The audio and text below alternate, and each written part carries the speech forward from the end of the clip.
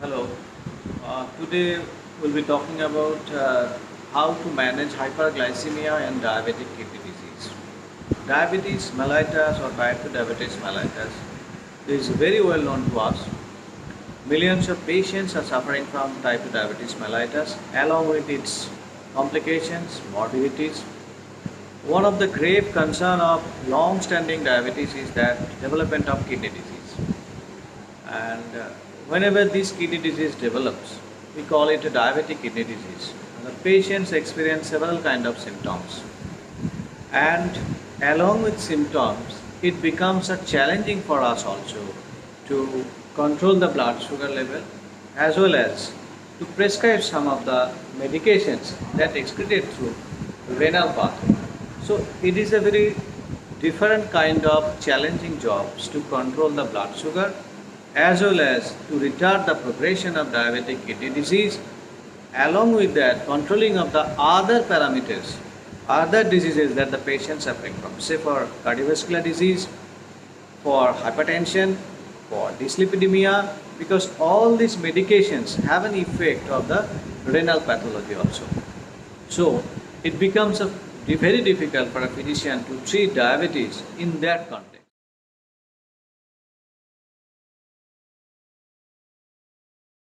In that context.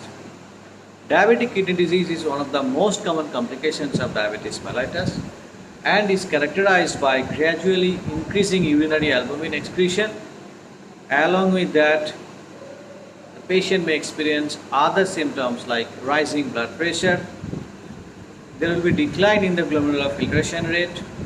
Although diabetes is the leading cause of chronic kidney disease and end-stage renal disease, sufficient data are not available how to control hyperglycemia in that particular group of subjects, particular group of patients who are suffering or who are having the burden of both diabetes as well as the burden of kidney disease.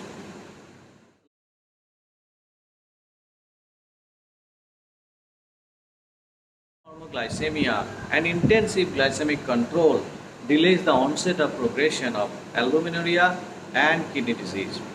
In patients with type 1 diabetes mellitus and type 2 diabetes mellitus, managing blood glucose levels in subjects with advanced kidney disease is very challenging as patients always in fear of taking some medications which can hamper their daily to daily activities of life. Say for some antihypertensive medications which can also cause pedal edema and ankle swelling. That may be ultimately a factors which can hinder the development of further kidney disease from symptomatic point of view. So patients cannot understand why this is happening. They think it is due to drug overdose, sometimes due to drug side effects, but actually this is due to progression of the kidney disease. So it is very imperative for the prescribing physician to understand what kind of medications he or she should prescribe in that context.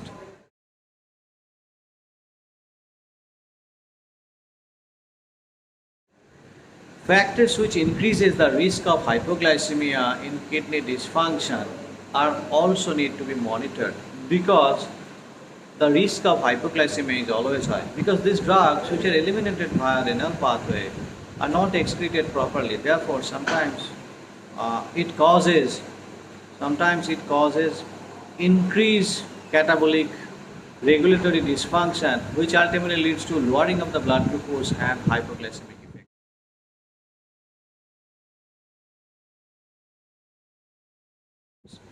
There has been some studies which categorizes the relation of blood glucose level along with controlling of the kidney disease.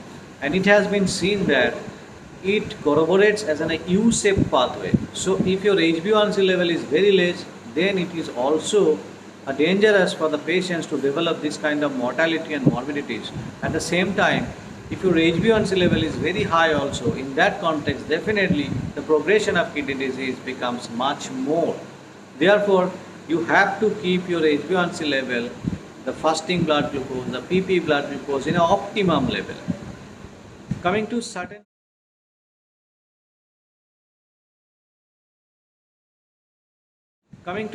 kind of medications we'll be discussing now. which can we prescribe and which we cannot. First of all, the oral anti-diabetic agents metformin. Metformin is a biguanide, is an insulin sensitizer and helps to correct major pathophysiology of insulin resistance in type 2 diabetes. It has a multifaceted benefits and efficacy is well established. It can also decrease several other metabolic parameters that are very vital in cases of management of type 2 diabetes mellitus, be it cardiac protection, be it the metabolic neutrality and a good safety profile. Metformin has been always the first choice for treatment of type 2 diabetes mellitus. Previous recommendation on metformin use in kidney disease were published in 2016 in United States FDA, which has said that metformin was contraindicated in men and women more than creatinine level of 1.5 and 1.4 mg per dl respectively.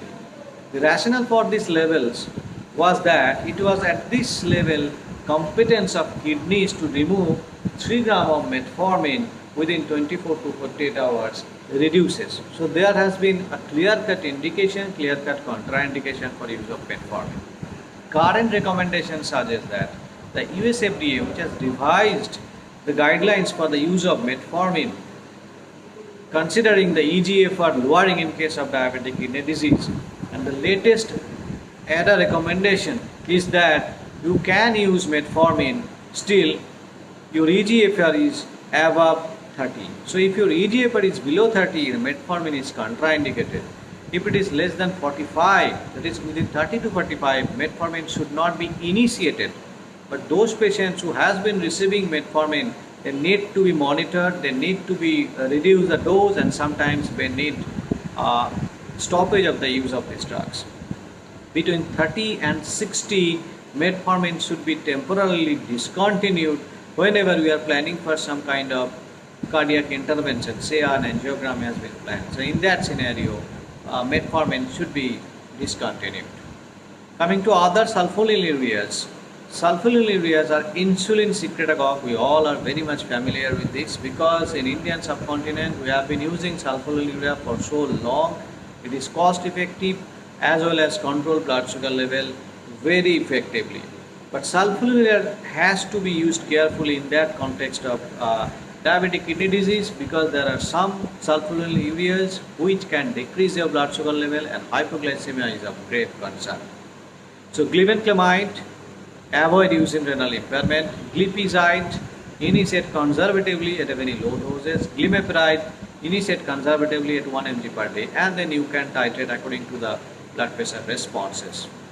But it is always better to cut down the use of oral secretagogue sulfonylureas as much as possible because the risk of hypoglycemia is very high.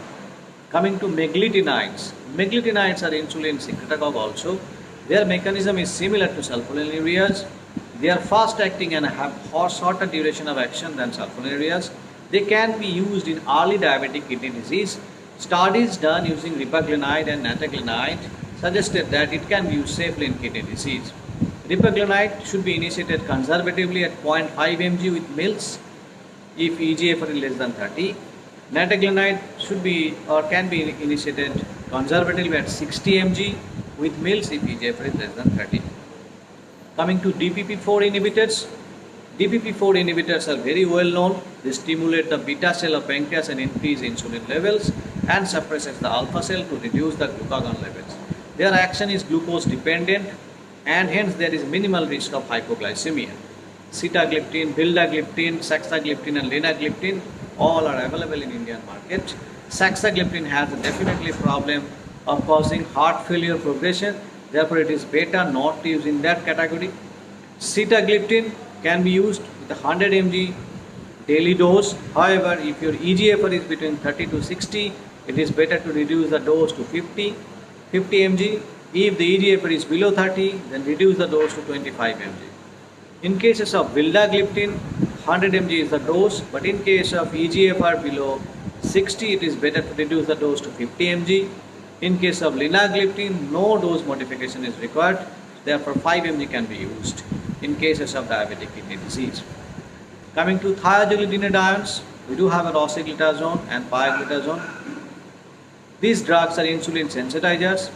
Those adjustment is not required in renal impairment. However, the implications of increased pedal edema, increased fluid retention, especially in the setting of cardiovascular disease, warrants the use of this kind of drugs.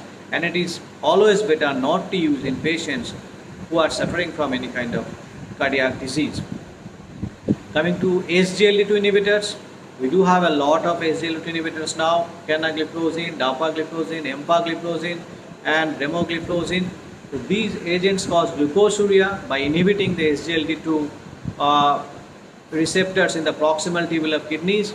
Dapagliflozin, canagliflozin, empagliflozin all have established their CV safety profile, and the SGLT2 inhibitors can be used.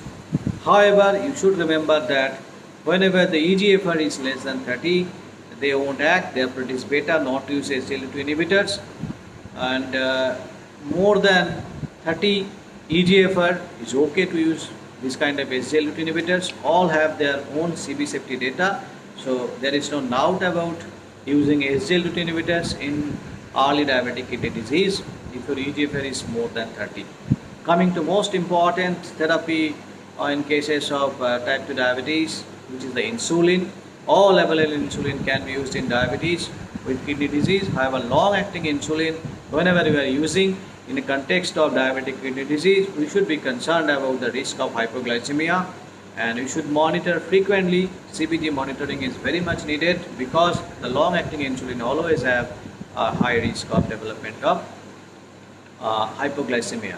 And the insulin which are being used with meal time, the short-acting, rapid-acting insulin, the patient should be aware of the risk of hypoglycemia in the immediate period, and CBG monitoring should be monitored properly. Coming to a special group of patients, glucose control in hemodialysis. Insulin therapy remains the mainstay of treatment in diabetic patients on hemodialysis. It is always better to use insulin according to CBG. In cases of peritoneal dialysis also, conventional PD fluids contains a high percentage of glucose in addition to sodium, chloride, lactate or bicarbonate. Glycemic control is always difficult in that scenario. It is better to use insulin in that context also. Assessment of glycemic control in patients with advanced kidney disease or on dialysis should always be needed and should be done very frequently. In a special subgroup of patients like post-transplant who have undergone renal transplant, the acute hyperglycemia after transplant needs in patients care and intensive insulin therapy.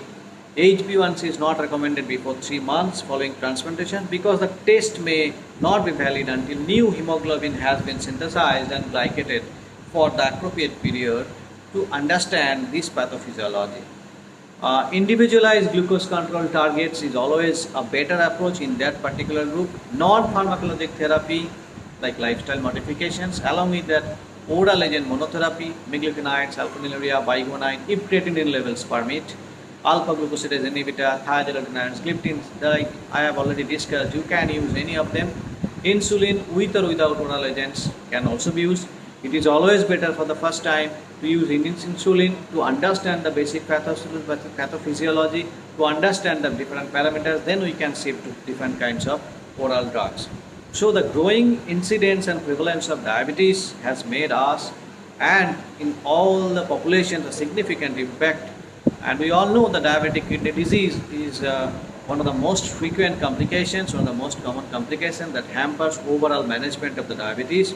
The heterogeneity in the clinical presentation and the course of diabetic kidney disease has important implications for the management as well as for the prognosis of point of view. So whenever we should be using different kinds of drugs, we need to be cautious regarding the episodes of hypoglycemia, as well as we should also target the blood parameter to achieve an optimum target level so the disease progression of the kidney disease can be prevented.